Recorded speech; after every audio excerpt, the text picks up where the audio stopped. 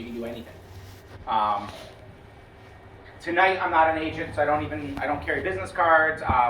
We're here just to kind of network, get to know people. If you want to talk real estate, you can call me tomorrow, you can call me on Monday.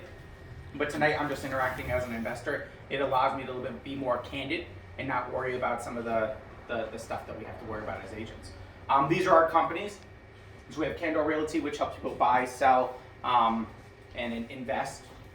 We have Simplified Management, which was an in-house property management company we built out of necessity. We had a great third-party manager, and the owner actually passed away and the company was going to be shut down. So we were faced with a decision of finding a new third-party manager, and instead we just assumed the company. So we hired their employees, we took over management of our own stuff and took over some of the clients. Wasn't something that we had planned at the time. We set up a management company in about a month. I don't recommend doing that, but we figured it out, and we've been doing it for a little bit over 18 months now, and we're still learning. But I mean, that's half the battle. Management is definitely the hardest part of real estate investing, but it's not a profit center for our business, but it's necessary for us to have control over the assets. We have Millennium Holding Group, which does the syndications. They crowd raise, they crowd fund to do some of the larger projects. And then we just launched Simplified Development, which will actually be using this as their office. And so the purpose of that is really to manage our projects. We have a lot of projects going on in Gardner right now, way too much capital on the table that I feel comfortable with. But we were hiring a GC to do all of it, and we realized the amount of money we were paying, the markups on the GC were crazy. And so we ended up bringing the GC in-house and doing it ourselves. Again, it wasn't by design, but it was a math exercise. This is how much we're paying to keep the GC, where we have them full for the next 18 months. How much would it cost to hire them? Not as much as we're paying in markups. And so we kind of launched it off the back. And then the other thing that kind of popped into our head is we do a lot of 2 or 3Ks for clients on FHAs, try and find a 2 or 3 family that needs a little bit of work that doesn't quite match. The hardest part of 2 or 3Ks is finding a competent contractor. I can't tell you how many times we hear horror stories of people suing contractors off of 2 or 3Ks. They really shouldn't be as hard as they are, but they are. And so part of the thing that we're trying to do is we're trying to do 2 or 3Ks through that development company because it's a need for the other businesses and it will help everything out.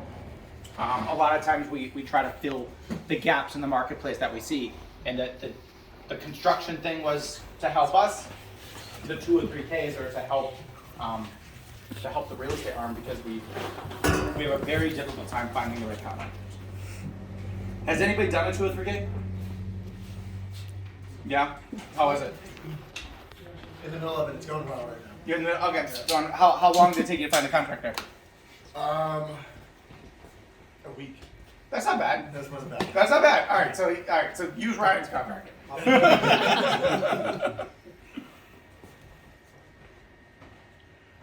So this is the team. We have about 35 agents. Every agent on the team is an investor themselves. But it's one of the commitments is they either own investment property or make a commitment to buy investment properties within 12 months. We're up to 35 agents now. And that's really the biggest requirement to make sure that they're going to add to the culture, and then also, they eat what they preach. I don't want agents helping someone, buy or sell multifamilies, and then you turn around and ask them, well, why aren't you investing? And they don't take it seriously. One thing I found early on is, a lot of real estate agents don't quite get it. By having agents that are investors, they get it. How we grow the portfolio, market's crazy, super expensive, can't buy anything right now.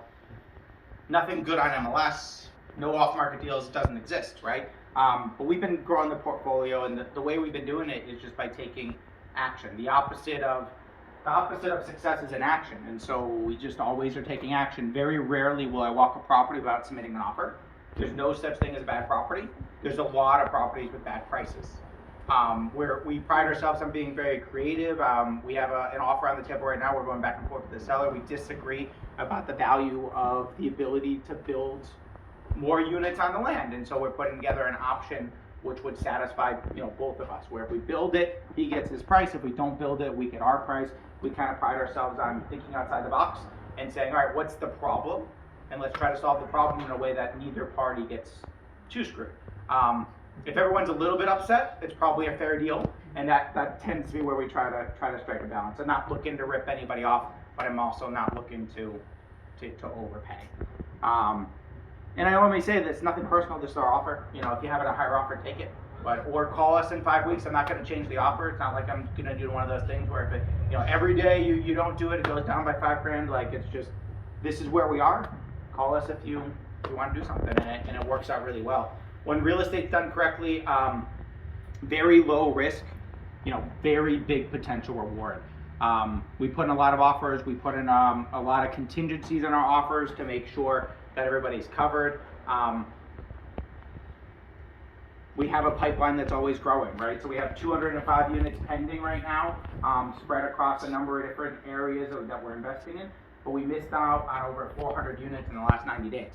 And so it's one of those things where we're always taking actions. We're always putting in offers. It's not great statistics. A lot of the ones that are, you know, in that 205 won't close. The 13 unit that's in green, that's this building here. We got 8 residential units up top, 5 commercial down below.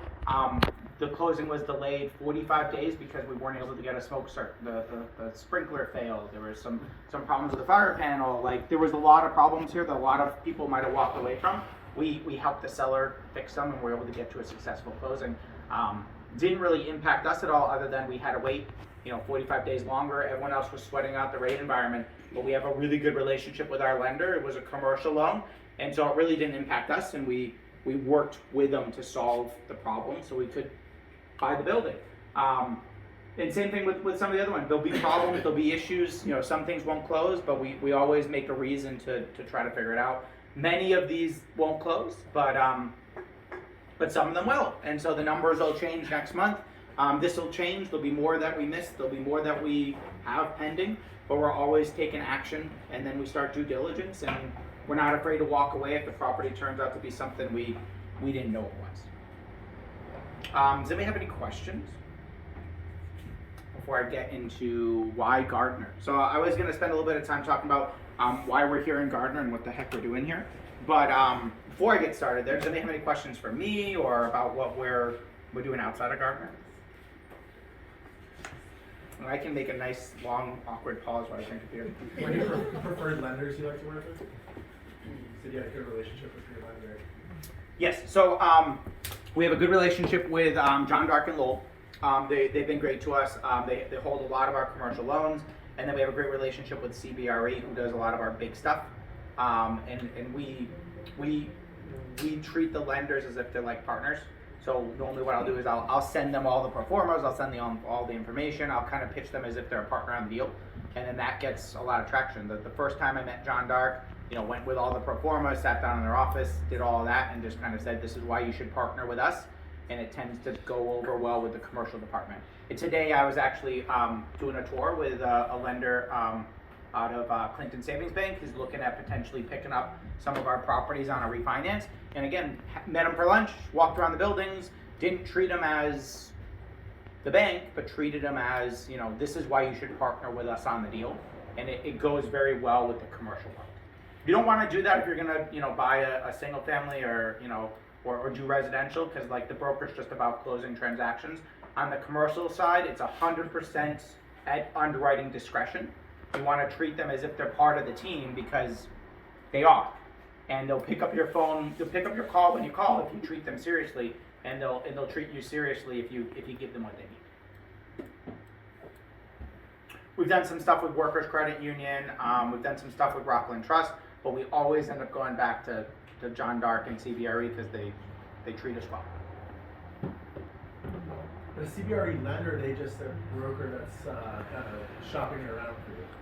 Both. So on the Lowell deal, they actually took on half of the loan themselves, and then on some of the other stuff, they'll shop around and find the best place. But they did take on a lot of the debt themselves on the big property we bought in Lowell. But sorry, you used commercial loan for that, the 132 unit? Agency financing, Fannie Freddie, commercial loan. What's the amortization on that? 30 years. 30 years. 10 years fixed, 30-year AM, non-recourse assumable.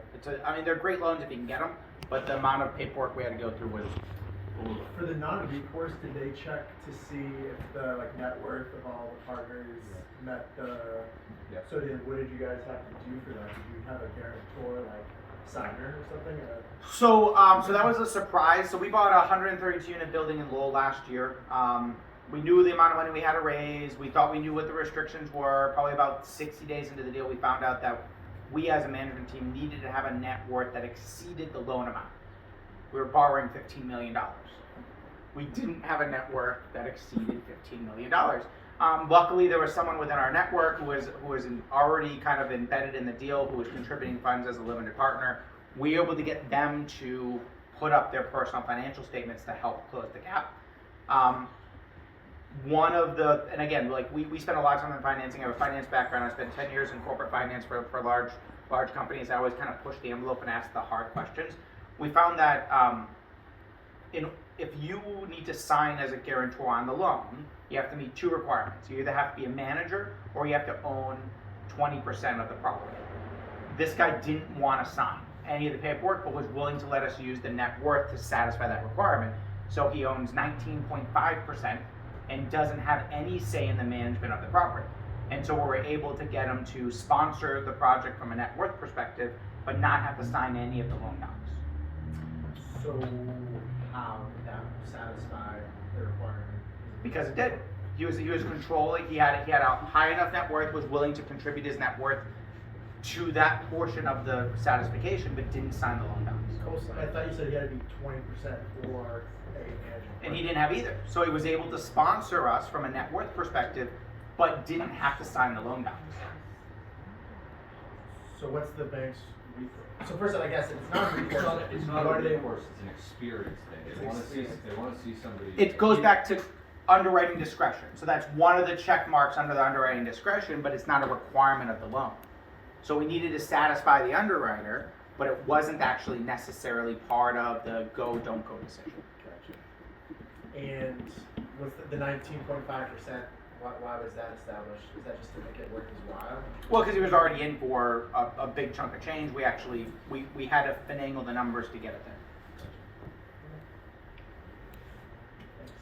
Sorry, we went a little bit deep there. Any other questions? I probably share too much information. That's probably my problem. But happy to answer questions. If I can tell you guys about things that we failed or fucked up on, and it saves you guys a little bit of time, a little bit of energy, and a little bit of money, it's well worth it. Any other questions before I talk about why we're here? Besides Ryan, because Ryan will take you down. All right, cool. So why Gardner? So why are we here? So we get a lot of questions. Because we're doing a lot in the city, we're putting the office here. One of the questions we get is, why Gardner? What are our plans for the property in the city? What else I got here? It's going a little bit slower than I thought. Where's the money coming from? And what do we present to some of our investors? And so what I did is actually pulled some of the slides from our investor deck, right? So the easiest way to kind of do this is to kind of say, what was the pitch to the investors is why we're buying some of the units here.